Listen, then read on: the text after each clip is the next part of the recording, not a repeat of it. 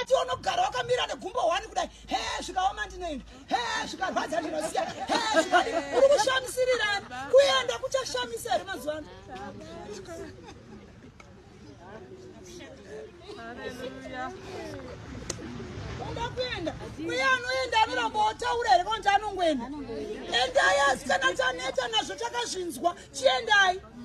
Kunze kwomuda kuenda kuri kutonhora uko vasikana. Funzai variko kuti kuri kutonhora sei.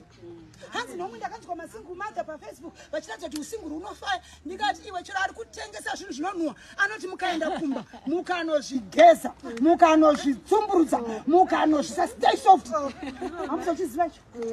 Wozoti wasvika kumba uchiisa mvura chobva chatoshiringa kudai. Kuda kuchidzumurudza chobva chatanga kutobharuka. Ndopanozwa ndanyeperwa kuroti. Nemunhu haangataure zvaari kuti hazviti. Kudai usinguru hazviti. Wadiwe hwakaoma. Wadiwe hwakati. Wanoudresa wasikana wazvoti newe unouchiva kuti akomana. Kunze uko varida kuti uya kuno tifanane kuno kana wauya stopinda. Kana uri muground rebhora kune masabha anenge achitrena kunze kweground. Kasabha angogari pasi achirembedza sheya achidai. Anonyatsoona mafambiro ari kuita bhora. Onyatsoona vane upper hand. Onyatsoona vari kuwaura. Onyatsoona ari kugohesa kuti strength yake iri papi. Unoona yakujogerera manje ari kunze kweground. Izoti anytime vanoburitswa. Akaona asimudzirwa nhamba uda zati ndiye akupinda. Unoona akunyanyisa kujoga kuratidza kuti nguva kudini.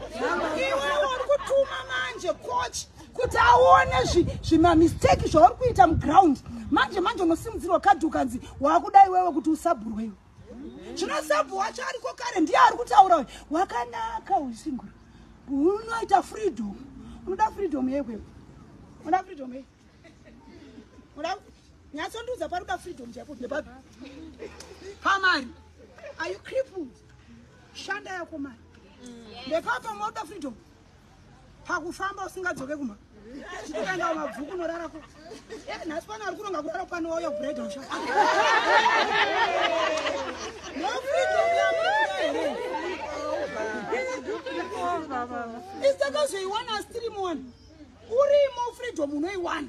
Depending nekuti makore watanga wakatanga sei. Wakatanga here zvogona kutrustwa. Zvakunzi kwese kwavaenda vanodzoka. Kana kuti waipota ukinyepa kuti uri kumabvuku iwe uri kumfa kwese. Svika zvanzi hapana anobva pano kana tisingabvi tese. Anoshusha murume anoshusha. Mubvunze ari kutaura kuti wakatanga uzoshushirwa papi. Pane pawakaporongeta sometime. Some point in time. Ndizvo.